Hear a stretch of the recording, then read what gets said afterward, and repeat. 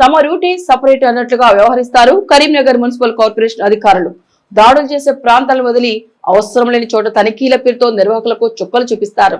నగరంలో ఎప్పుడు ఇతర ఏ హోటల్లోనూ తనిఖీలు చేయని మున్సిపల్ అధికారులు ఈ 8 మాసాల్లో ఒకే టిఫిన్ సెంటర్ పై 6 సార్లు దాడులు చేశారు. ఎలాంటి ఆధారాలు దొరకకపోవడంతో వెనుతిరిగారు. మున్సిపల్ కార్పొరేషన్ అధికారులు సిబ్బంది తీరు వివాదాస్పదంగా మారింది. దీనిపై విమర్శలు వెల్లువెత్తుతున్నాయి. ఇదిగో ఇక్కడ చూడండి. నగరంలోని భగత్ నగర్ టిఫిన్ సెంటర్ పై ఒకేసారి 20 మంది మున్సిపల్ సిబ్బంది వచ్చి దాడులు నిర్వహించారు. ఆహార పదార్థాల్లో పురుగులున్నాయని, నాసిరకంగా విక్రయిస్తున్నారని సిబ్బంది నిర్వాహకులపై విరుచుకుపడ్డారు. ఒక్కసారిగా గొడవ చేయడంతో ఏమో జరుగుతుందని స్థానికులందరూ హోటల్ వద్ద గుమిగూడేలా చేశారు.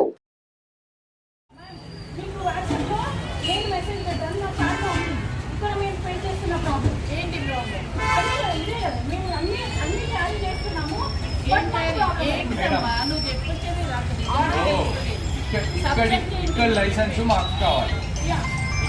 ఇక్కడ ఈ హౌస్ నెంబర్ మీద మీరు చూపెట్టండి.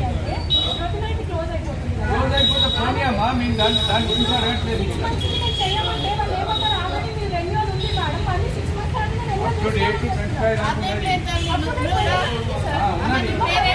అట్లానే కాదు, ఇక్కడిది చెప్తున్నాం. ఈ హోటల్లోని చట్నీ, ఇతర పదార్థాల్లో పురుగులున్నాయట. వాటిని అధికారులు గుర్తించారట. వీరు చెప్పిందే వాస్తవమైతే పురుగులు, నాసిరకం పదార్థాలుంటే వెంటనే ల్యాబ్కు పంపి రిపోర్ట్ రాగానే చర్యలు తీసుకోవాలి కదా. ఇదేమీ చేయలేదు. వాస్తవం ఏంటంటే ఫుడ్ సేఫ్టీ అధికారులు కానీ సిబ్బంది కానీ ఈ తనిఖీలో లేకపోవడం విశేషం. కరీంనగర్, జ్యోతినగర్, భగత్ నగర్ లో ఆవకాయ పేరుతో టిఫిన్ సెంటర్లు నిర్వహిస్తున్నారు Munipalli Phanitha.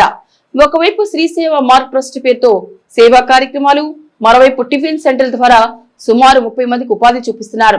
Food licence, trade licence, ఇతర సర్టిఫికెట్లు అన్ని తీసుకున్నారు. అన్ని ఉన్నప్పటికీ మున్సిపల్ అధికారులు భగత్ నగర్ లోని ఆవకాయ టిఫిన్ సెంటర్ పై పదే దాడులు చేయడంపై పలు అనుమానాలు వ్యక్తమవుతున్నాయి. వ్యక్తిగత కక్షతోనే మహిళ అయిన తనను టార్గెట్ చేసి ఇలా వేధింపులకు గురి చేస్తున్నారని మునిపల్లి ఫణిత ఆందోళన వ్యక్తం చేస్తున్నారు. ఒక ట్రెడిషనల్ ఫుడ్ కోర్ట్ ని రన్ చేయాలి, ముందు తరాలకి మిల్లెట్తో ఫుడ్ ఇవ్వాలన్న ఉద్దేశంతో 4 సంవత్సరాలుగా కూడా నేను జ్యోతినగర్లో ఆవకాయ టిఫిన్స్ రన్ చేస్తున్నాను.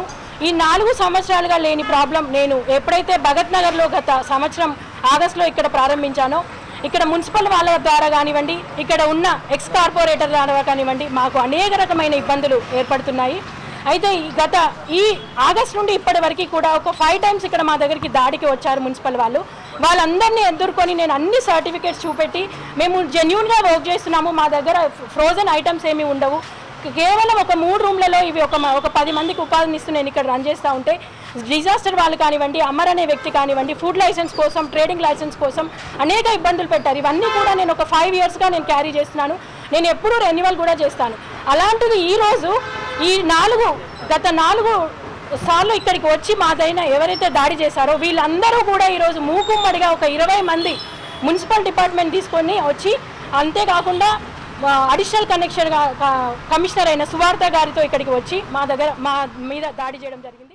నగరంలోని భగత్ నగర్ లోని ఆవకాయ టిఫిన్ సెంటర్ పై పదే దాడులు చేయడం వెనుక ఎవరున్నారనేది స్పష్టం కావడం లేదు.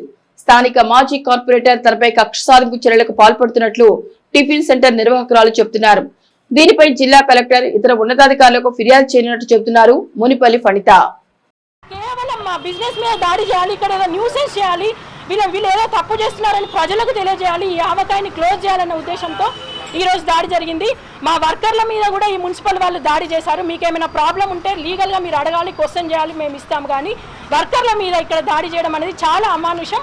దీన్ని మేము ఖండిస్తున్నాము. ఇది నేను నగరపాలక సంస్థ మీద మన కలెక్టర్ గారికి నేను రిపోర్ట్ చేయబోతున్నాను. ఈ ప్రెస్ ముఖంగా నేను చెప్పేది ఏంటి అంటే, నేను ఫణిత మునిపల్లి అనేది అందరికీ తెలుసు. నేను ఎంత జెన్యూనో, నేను ఎలాంటి వర్క్ చేస్తానో అందరికీ తెలుసు.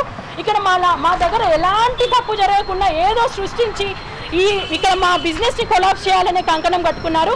వీళ్ళందరి మీద కూడా నేను యాక్షన్ తీసుకుంటున్నాను. కరీంనగర్లో ఉన్న ప్రజలందరూ కూడా నాకు సపోర్ట్ చేయాలి. ఎక్కడ హోటల్స్లో ఇవన్నీ క్యారీ చేయరు, అయినా కానీ వాళ్ళకి ఎలాంటి ఇబ్బందులు లేవు. కానీ మేము క్యారీ చేస్తూ మేము జెన్యూన్గా బిజినెస్ చేస్తుంటే ఒక 20 మంది ప్రొద్దున వచ్చి మా కస్టమర్ల ముందు దాడి చేస్తే మేము ఏమనాలి? అసలు మా బిజినెస్ మీద మీకు ఎందుకు, ఈ కార్పొరేటర్కి ఎందుకు? ఇక్కడ నేను పొలిటికల్గా రానేను. నేను పొలిటికల్గా ఉన్నప్పటికీ నేనేదో సర్వీస్ చేసుకుంటున్నాను, నేనేదో ఇక్కడ ఒక ఫుడ్ కోర్ట్ని రన్ చేస్తున్నాను. ఇక్కడ ఏదైనా తప్పు ఉంటే ఇక్కడ మాట్లాడండి. కానీ అనవసరంగా దాడి చేసి ఈ 20 మంది వచ్చి ఒక 10 మంది మీద పడి వాళ్ళ మీద దాడి చేశారు. అవన్నీ కూడా వీడియో క్లిప్పింగ్స్ మీకు పంపిస్తాను. మీరు మాకు కలెక్టర్ గారి ద్వారా న్యాయం జరుగుతుందని మేము అనుకుంటున్నాము.